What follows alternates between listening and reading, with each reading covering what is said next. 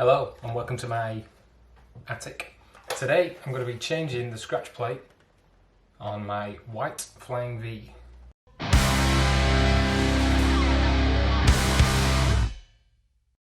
Anyone who's been following the band for a while will know this and never seen us live or any videos or anything.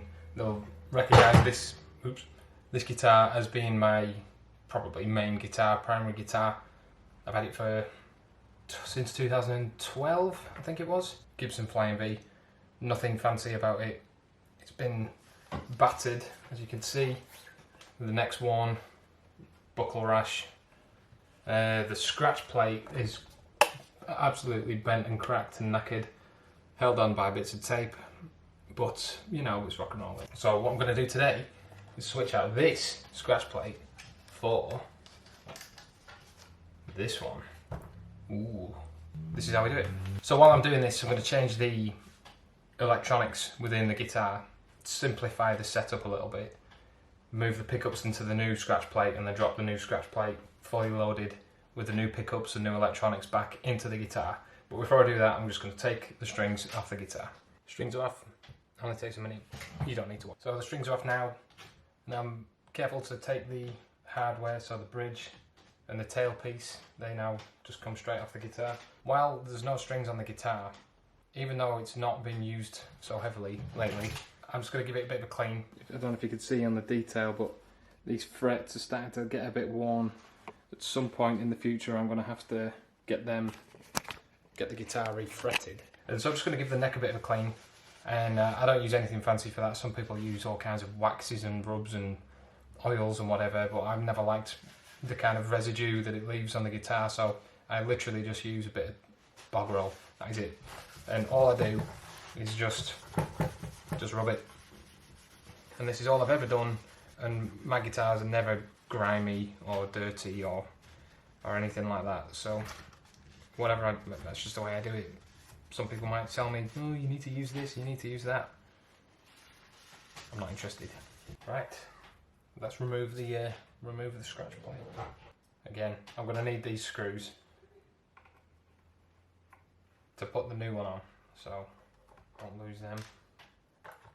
The vast majority of gigs we've done, hundreds, since I've had it, this has been the main workhorse of the guitar. And as of about 2016, I fitted it with a set of bare knuckle pickups.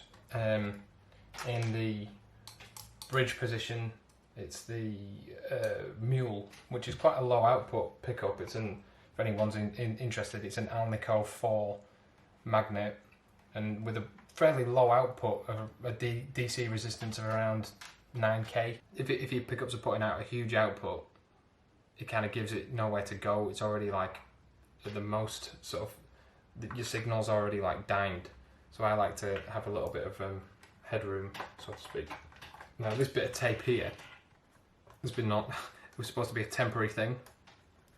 At some point I think Baz stood on my guitar lead, and I threw a shape and lifted the guitar up, and the guitar jack, which plugs into there, sort of stayed where it was and snapped. So that bit of tape was like a rapid fix, meant to only be temporary, but that tape has lasted about 3 years, I think. There'll be pictures from when we played about 3 years ago with that exact, not changed the tape, it's the exact bit of tape. One more screw. Done. Need to take the bridge pieces out. Now it should just pull out. This is what I've been working with for two or 3 years since I last did it. This is a coil tap pot, which you pull it up and then it switches this pickup to be a single coil, and you push it down and it goes back to being a humbucker using both of the poles. I hardly ever use that. I might have used it in the studio a couple of times, but that's coming out. I'm basically replacing it with just a stock basic single Mark 1 type. I'll also be taking out this tone pot and replacing this three position selector switch, which selects which pickup the guitar's listening to, and also the jack, because I think that was on its way out. So I thought ahead, and I put a bullet connector, one of these connectors, on here, so rather than having to keep soldering this on, I can just take it off. Okay, that's a bit worrying. There was that rattling around inside my guitar all these years, which is shocking. Right, and there was also a pick in there as well. I've had a pick, some weird pick. I would never use that. A speed pick. That was in the guitar cavity. I'm going to need to take the pickups, because I'm not changing the pickups. I'm using the same pickups, so I need to take them pickups out of this scratch plate, which means I'll need to heat up my iron, trusty soldering iron. Wait for that to heat up and desolder them. And away we go. Okay. Boom. Not all scratch plates do split in half like this, but it's quite handy, because now I can basically just forget about this. This is done, used, finished. I don't know what I'm going to do with it, but so that is going to stay like that. And this, I need to take the pickups out. Pickups are out, so while they're out, again, just going to give them a bit of a clean. Just really to remove the dust. They're not dirty, but the bits that you can't get while they're in situ, might as well give it a clean now before they go back into the new one. But like I said, these are bare knuckle pickups, and these are just quality. Honestly, I don't rave about brands or any, specific bits of gear. These are phenomenal though. Really, really do make a difference. There's no elegant way to do this. I've found it just getting a case of getting this screw to bite. There we go. Just get it to bite a little bit and then move on to the next.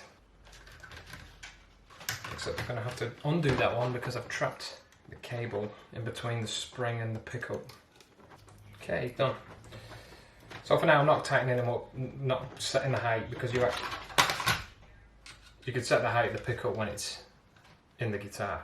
I have it fairly close to the strings, but not so close. Some players almost have them, it's almost touching, and you get a really aggressive sound that way. It's much more of a signal is engaging right away with the pickups. But I kind of, again, like I said before about having low output pickups, I quite like having a little bit of distance there, and then it means you get the playing dynamics. So if I back off on playing, play a bit softer, it seems to be a bit more responsive.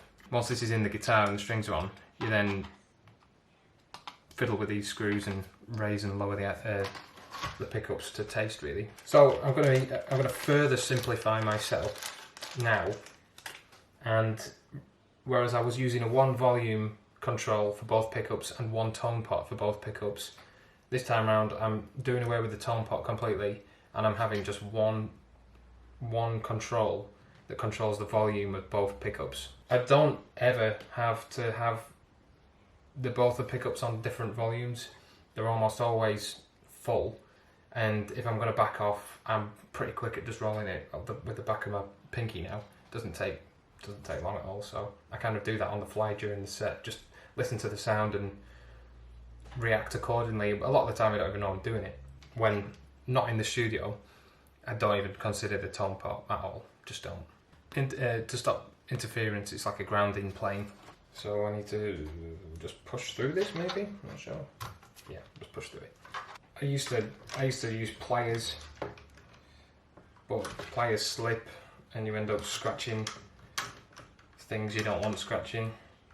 So I've just learned to be a little bit more patient and use better tools for the job. Now I'm tightening this fairly tight because I'm not exactly gentle, so I want to make sure it's nice and secure in its seating, because the last thing you want is that wobbling around and getting loose. New switch. So again, just poke through this. I like to get everything mounted in first and then get the hookup wire and then go start connecting it all together, rather than doing it piece by piece. Just works better for me. This has to be orientated in a way so that it makes sense on the front, so I want it to be switching up and down Can't just put this in any old way, because then might go sideways, if you know what I mean. So it has to be so that once that's in, it's going up and down. The jack socket, which in the old one, that's the thing that gets changed most. This is where you plug the guitar in, basically. That wears down very quickly. That takes a hammering.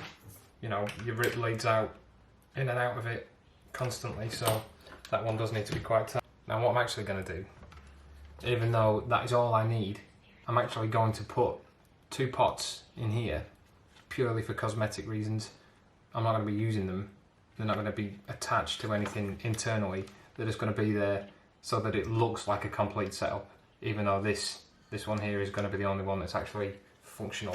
So what I'm going to do is actually take one from here so that I can put a knob on the outside of the guitar and it looks better, complete. Dummy pots in. Okay, so as you can see, this one and this one, I'm gonna do bugger all, except make it look sexy.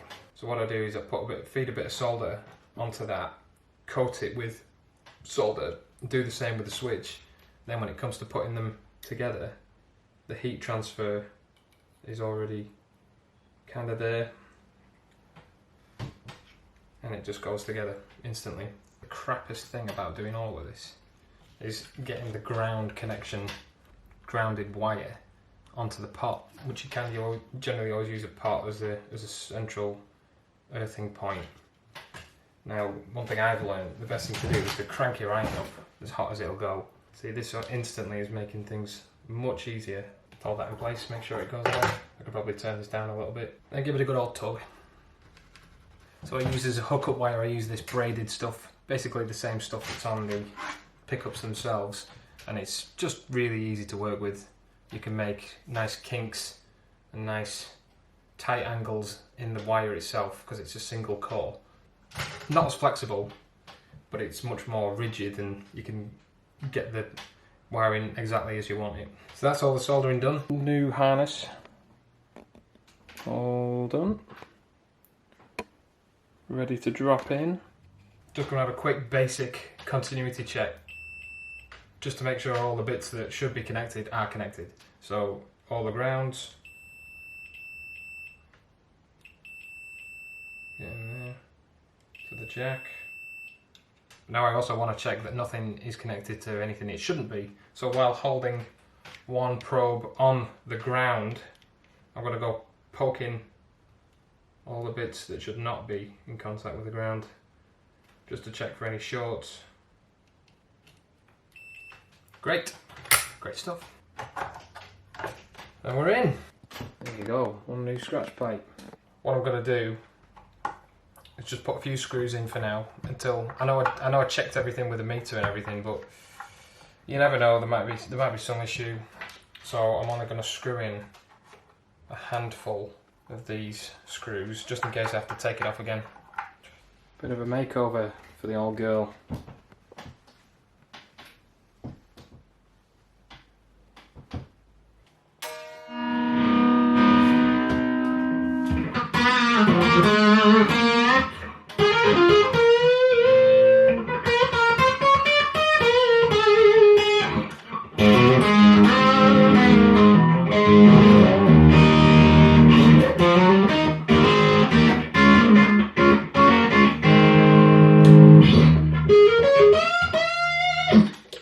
Pickups are on, pickups are working. So I'm just going to adjust the heights now. Just going to adjust the height of the pickups now based on sort of personal taste, how it sounds. There we go. All works, everything works, except these two, which aren't meant to